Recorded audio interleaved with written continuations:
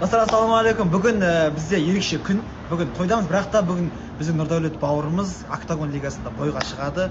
Өзбекке қарсы. Енді бауырымызға және сәттілік тілейміз. Бауырым қазақтың атынан шығып жатқан, намыстан айналайын сен. Удачи саған. Бұйырса бүгін саған жеңіс тілейміз. Нұреке, талма, тек қана сен үшін жанкүйерміз. Бүкіл қазақ елі жанкүйер. Давай алға баса бер. Давай, нокаутқа. Енді көріп отырамыз, көреміз енді. Прямой не болып жатыр. Болсын, Алматының кешінде салқын ауада деп ше. Нұреке бәріміз бойға шықтық. Нұрдәулетті қолдауға шықтық. Білесіздер ғой, бір ішінде бір қолдайтын жан болса ғана баратынды. Негізі былай да бара берем ғой. Ішінде бір жанкүйер болатындай мықты бір жан болса. Сол Алла тағаланың бір бөліп тұрған бағы бар шығар деп тіленіп бара жатырмыз. Құдай қаласа бір жеңісті бұйыртар деп. Сол бөлісе жатармын, қалай болады. Тек жеңіс тілеп отырыңыздар сіздер де, тақымдарыңызды қысып дейді ғой, сол сияқты. Кеше жарқыннан тойынан кейін үйге қарай келдім, жаттым, таңертең тұрам, өзім стористарымды өзім көре алмаймын бір ғой. Көрілмейді, вообще не сторис салынбайды, не көрілмейді. Вообще бір ғой. Я думаю, Инстаграм ғой еді.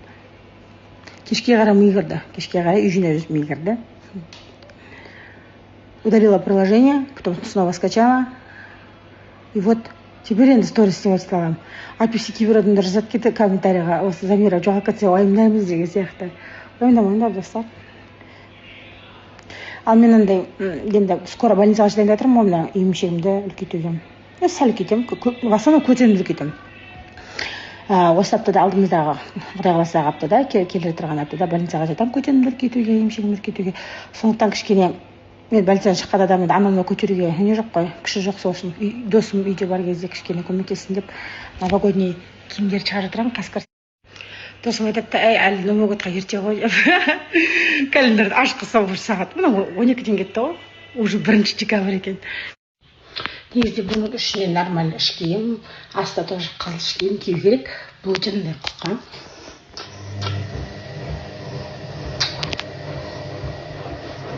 Шығарсыңдар, ой, Замира харам, айтады, Новый год харам деп, но өзі осында, мен 88 жылғы бұрынғы заманның адамын кішкентай кезден бастап бізді Новый год встречатуды үйретті. Мектептің жаңа не алайықшы дедің? Дастархан алайықшы дейді. Нормально ғой? Шүкір Аллаға, нормально. Айналайын, әке шешеміз осындай жерде любой нәрсені төсеп тамақ іше берген. Әкем, мен именно мама мен папам пакетпен ішкен ғой. Соны жалғастырып жатырмын. Нормально, қарасаңыздар, дастарханның қай жері жаман айтыңыздар. 4 бұрышты 2 адамға ыңғайлы. Таза жер. Главный палас таза. Дұрыс па?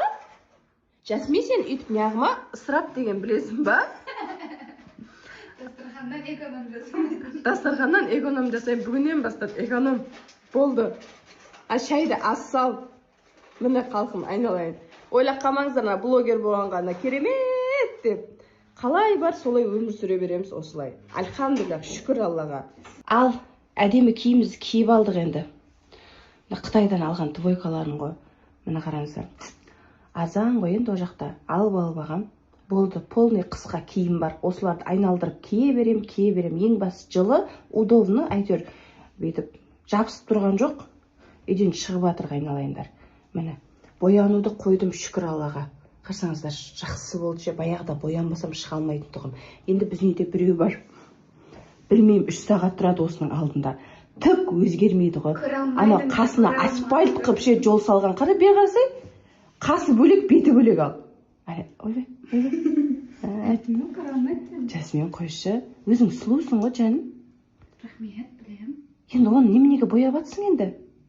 Сәлеретке келтір алайын түрімді. Құдайдың жаратқан түріне риза емесе.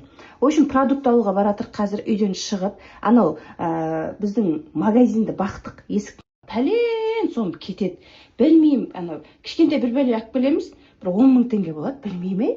Соң құрсын дедім, қазір барып базарға барып, қаптап картошка, қаптап пияз, күріш, не керек? Айналайын, сыр бар ма? Жаңағыдай, мен сыр жақсы көремін, кстати, аузымнан шығып кетті ғой, жақсы көретін нәрсем. Сыр бар ма? Бәрін базардан алып келіп қояйықшы. Макарон бар ма? Май бар ма? Пісте май бар ма? Эконом жасап базарға барайын деп отырмын. күнде ана магазинге пәлен сом теңге береміз.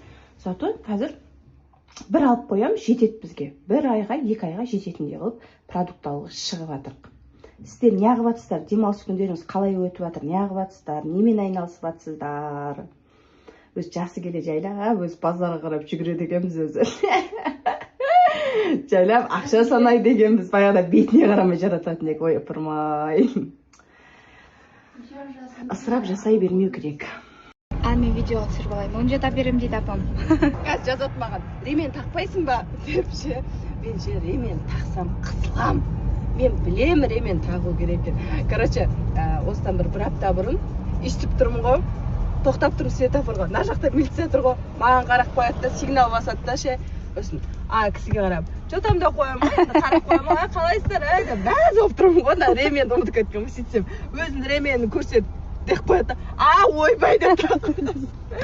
Жаным, енді андай ағаларымыз ғой бәрібір ше, ременіңізді тағып алсаңызшы деп қасыңа келіп айтып кетеді, айналып кетесің. Баяғыда мен ойлайтын тұғым, Шымкенттің милициялары жаман деп ше, сөйтіп, потому что ой дұрыс емес та, түсініңіз ба, жаман деген сайын именно сондай қырсық қалғандар жолға беретін еді да. Қазір бүкіл әлем жақсы, бүкіл адам жақсы, өткені жаман адам жоқ. Аллах тағала барлық адамды керемет қылып жаратқан.